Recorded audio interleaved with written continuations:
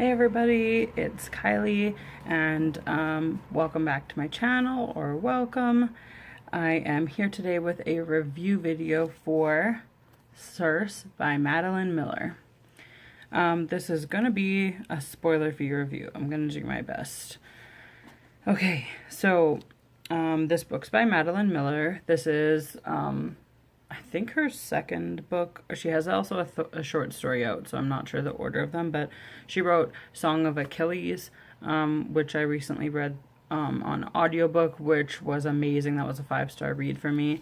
This was really good. It continued in mythological world with mythological creatures and probably names that everybody knows, with this Circe. There is, I'll just quickly say, there's a trigger warning for rape, so that you know that it's in there. You'll like this book if you like mythology and witchcraft, and I gave this book 4 stars. I don't know if I already said that. Okay, so the plot of this book is really unique. We have Circe, who is a goddess. Now I forgot to look up her mother's name. She is the daughter of a titan named Helios, who is like a sun god. I was confused because I always thought Apollo was like the sun, but I guess it's and it's Helios here. Maybe Helios was first and then something happens to him. And her mom,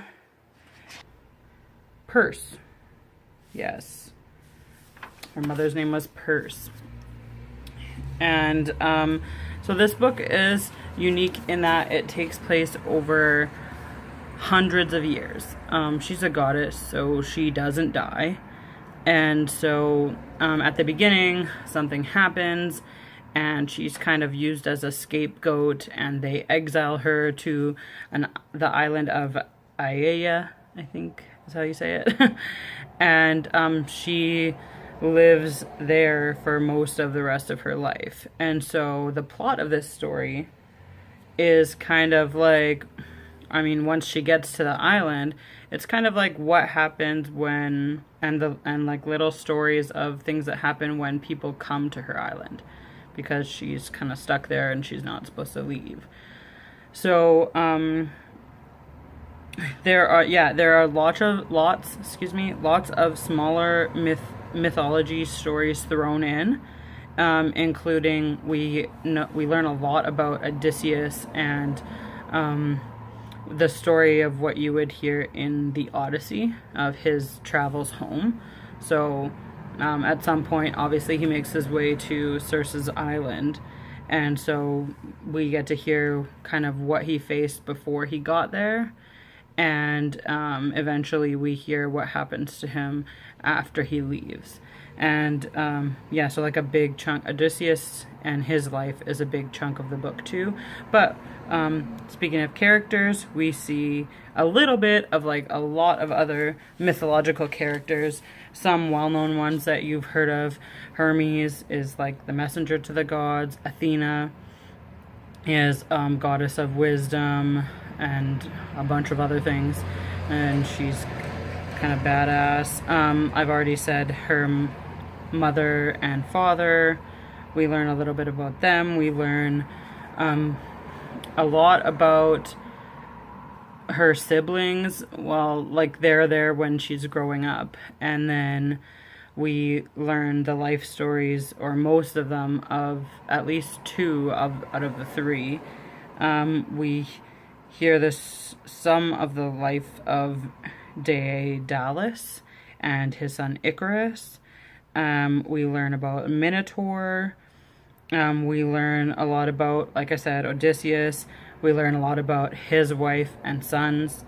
And so Circe herself is a very unique character. So although she is a goddess, right from her birth, like, she's kind of not as good looking as what you'd expect of a goddess. Like, that's the impression that I got from it. Like, I couldn't really figure out any other reason for kind of how they were treating her.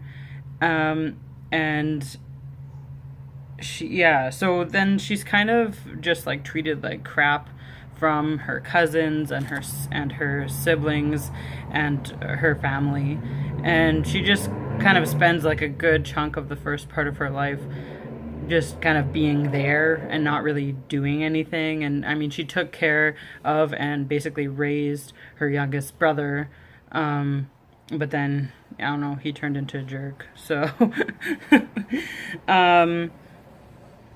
but yeah, so because of that kind of upbringing, it definitely humbled her. She definitely had low self-esteem. They called her stupid a lot, and yeah, just talked a lot about how she wasn't very clever. And then she confesses something that she did to her dad, and then this turns her into like a scapegoat for this turns her into a scapegoat, and they exile her because Zeus wants that somebody is punished. So she lives out most of the rest of her life on Aiaia. For a goddess, she is very moral. There is particularly one thing that she does at the beginning of the novel, and just has some pretty intense consequences for a lot of other people. And she feels like a guilt for that through the whole book. Like, it's continuously brought up. And, if you compared her to, like, Athena, or Artemis, or, I don't know, any other god ever, they usually don't really feel a lot of guilt for the different things they do, whether they do things by accident or not. So this was something that was like really interesting to me, because you kind of expect gods and goddesses to be, just powerful and unforgiving. And that was another thing about her. She didn't really, they said she wasn't very good looking. They always like made fun of her and called her stupid and stuff. And she also didn't have any like powers. Like usually nymphs and naiads, which she's, I forget which one's female and male, but she's one of those.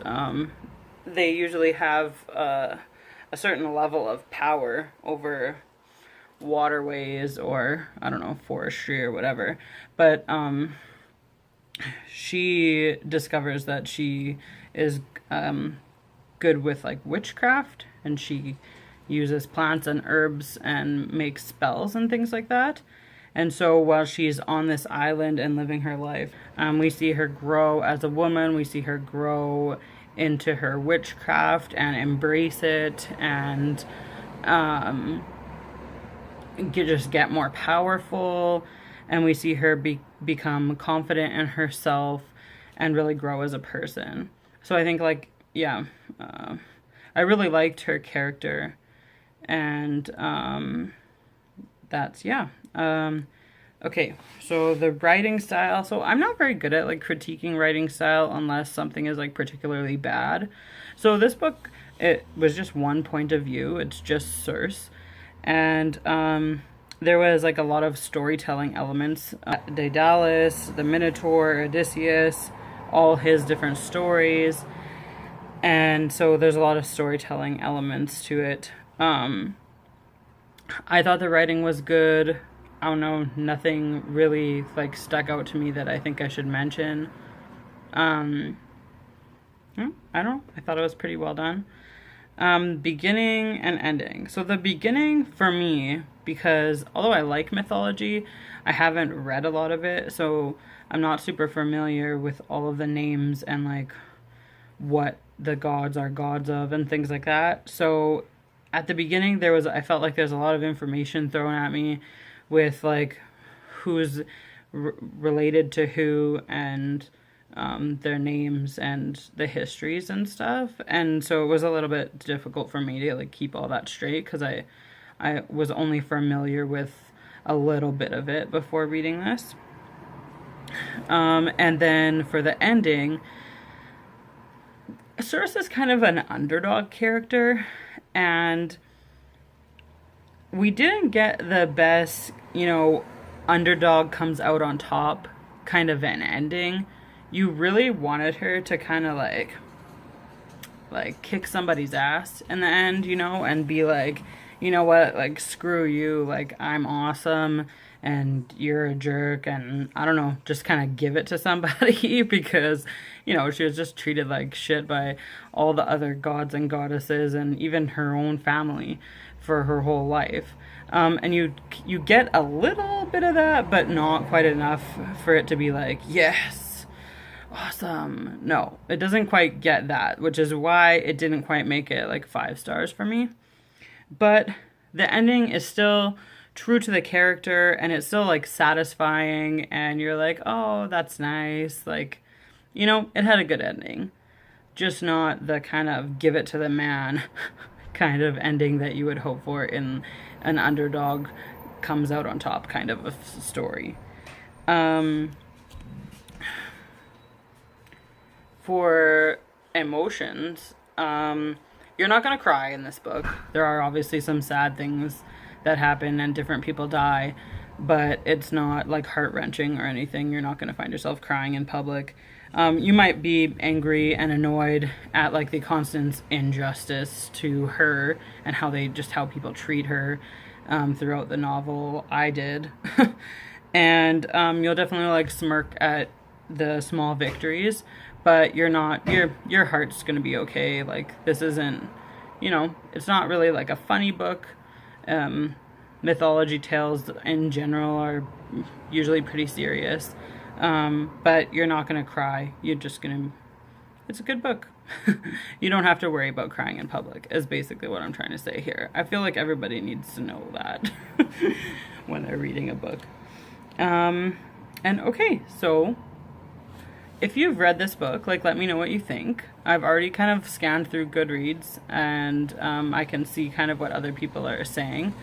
I don't know. I thought it was good. I like mythology, so that kind of, oh